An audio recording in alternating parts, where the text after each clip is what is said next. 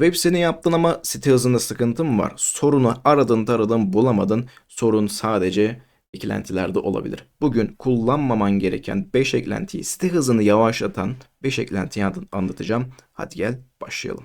Bahsedeceğim ilk eklenti Broken Link Checker olacak. Bunu hemen gidip ekle diyelim ve bakalım ne olmuş. Yani detayı neymiş onları bir öğrenelim. Broken Link Checker hangisidir? Bakın budur. Bu bize neyi sunuyor? Bunu indirelim de bakalım. Arayüzüne de bakalım. Bu bize neyi sunuyor? Adının üstünde. Kırık linkleri tespit ediyor bu eklenti. Ancak kırık linkleri tespit ediyor. Okey, iyi bir şey. Güzel bir şey. Ancak bu çok ağır bir eklenti ve web sitemizi çok yoran bir eklenti. Arka planda sürekli çalışıyor. Tüm siteyi sürekli tarıyor. O yüzden eee, çok da ihtiyacımız olan bir eklenti değil. Yani tabii ki önemli bir hizmet sunuyor ama çok da ihtiyacımız yok. Çünkü sitemizi yavaşlatıyor. Bu aslında değişmiş. Ben bunu yıllardır kullanmadığım için değişmiş. Bu WP Dev ile herhalde şurasıyla bir bağlantı kurmamız gerekiyormuş. Şurada eski kısmında da burayı şey yapıyor. Zaten bak şu an arka planda çalıştığı için az önce 2 taneydi. Şimdi 4 tane sürekli gösteriyor bana yeni şeyler ulaştıracak. Sürekli çalıştığı için bu bizim eklentimizi, bu bizim sitemizi oldukça yavaşlatan, kullanmasak da olur dediğimiz eklentilerden bir tanesi Broken Link Checker. Bunun yerine checker mı? Bunun yerine ne kullanabiliriz? Bunun yerine kırık bağlantı yapmayabiliriz. Nasıl fikir? Daha iyi bir fikir. Daha iyi siteler yapabiliriz. Daha kendimiz kontrol edebiliriz. Çünkü muadil bir eklenti aklıma gelmedi. Bir ikincisine geçelim. Çünkü her bir eklentiyi 1-2 dakika anlatmak istiyorum. Çünkü yoksa video 30 saniye olur. Bir ikincisi nedir biliyor musunuz? Bir ikincisi eklenti eklediğim. Şaşıracaksın.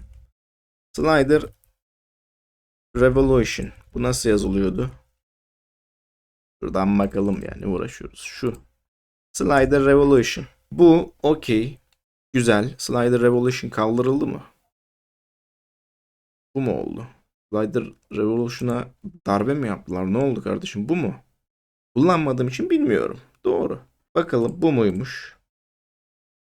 Bir bakayım. Bir iki dakika bekle. Meta Slider olarak değişmiş mi bu? Ha, o bu mu peki? Yok değil. Slider Revolution'ı bulamadık. Değişti mi acaba? Ücretli mi oldu? Dediğim gibi bunlar sitemize ağırlık ekledikleri için ben onları kullanmıyorum yani. Sektörün en başlarında kullanmaya başlamıştım ancak sonrasında bıraktık.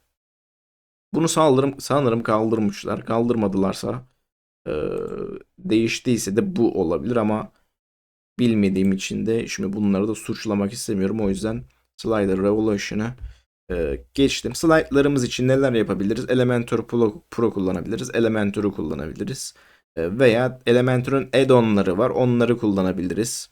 İşte Jet e, işte muadil add-on'lar var. Onların da örneklerini veririm. Sonraki videolarda anlatayım bunu. Elementor add-on'lar.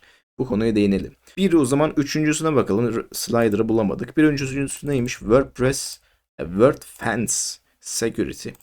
Bu da yine adının üstünde bütün anlatımı sunuyor. WordFence Security sitemizin güvenliğinden sorumlu bir eklenti.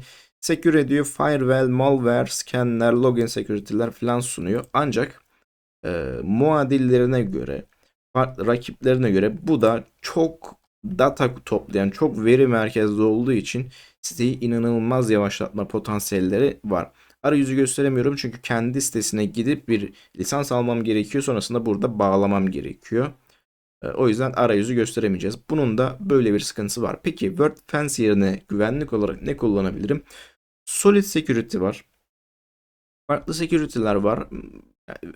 Real Simple SSL kullanılabilir.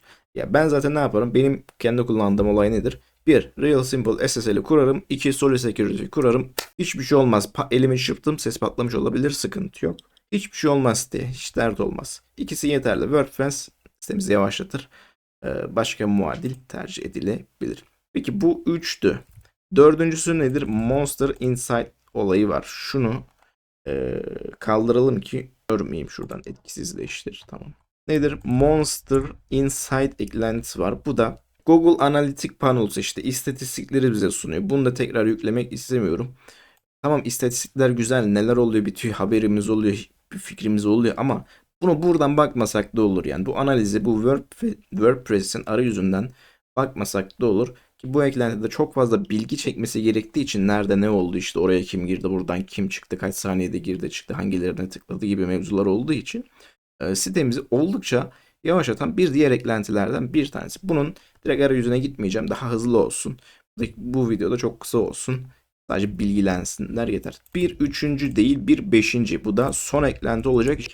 Jetpack aslına bakarsan güzel bir eklenti. Sağlam bir eklenti. Ama bize ne sunuyor biliyor musun? Çok fazla şey sunuyor. Bakın, güvenlik, yedekleme, hız ve büyüme.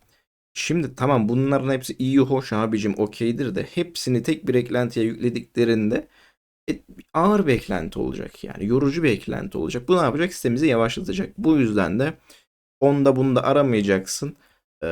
Eklentilerde arayacaksın. Jetpack onlardan bir tanesi olabilir eğer ki kullanıyorsan. Bunun için ne yapabilirsin? Güvenlik için az önce bahsettiğim Solid kullanılabilir. Farklı bir eklenti, daha hafif. Yedekleme için All-in-One Migration kullanılabilir. Manuel alabilirsin veya farklı bir taneleri de var. Hız için ben burada zaten kullanmışım. Pardon, kullanmamışım. Hız için VPF'siz cache falan var. Bunlar çok daha hafif. Çok daha e, yük bindirmeyecek, site hızını etkilemeyecek eklentiler. Bunları kullanmak Jetpack'in ağırlığından kullanmaktan daha iyi olacaktır. Senin için sitende yapman gereken, ya sitende tabii ki bu arada asla kullanmamalısın demiyorum. Asla kullanmama gibi bir şey yok. Gene kullanabilirsin. İşine yarıyorsa kullanabilirsin. Hız olayını çözdüysen kullanabilirsin ama bunlara bir göz atman site sağlığı için iyi olacaktır. Sonraki videolarda görüşmek üzere. Hoşçakalın.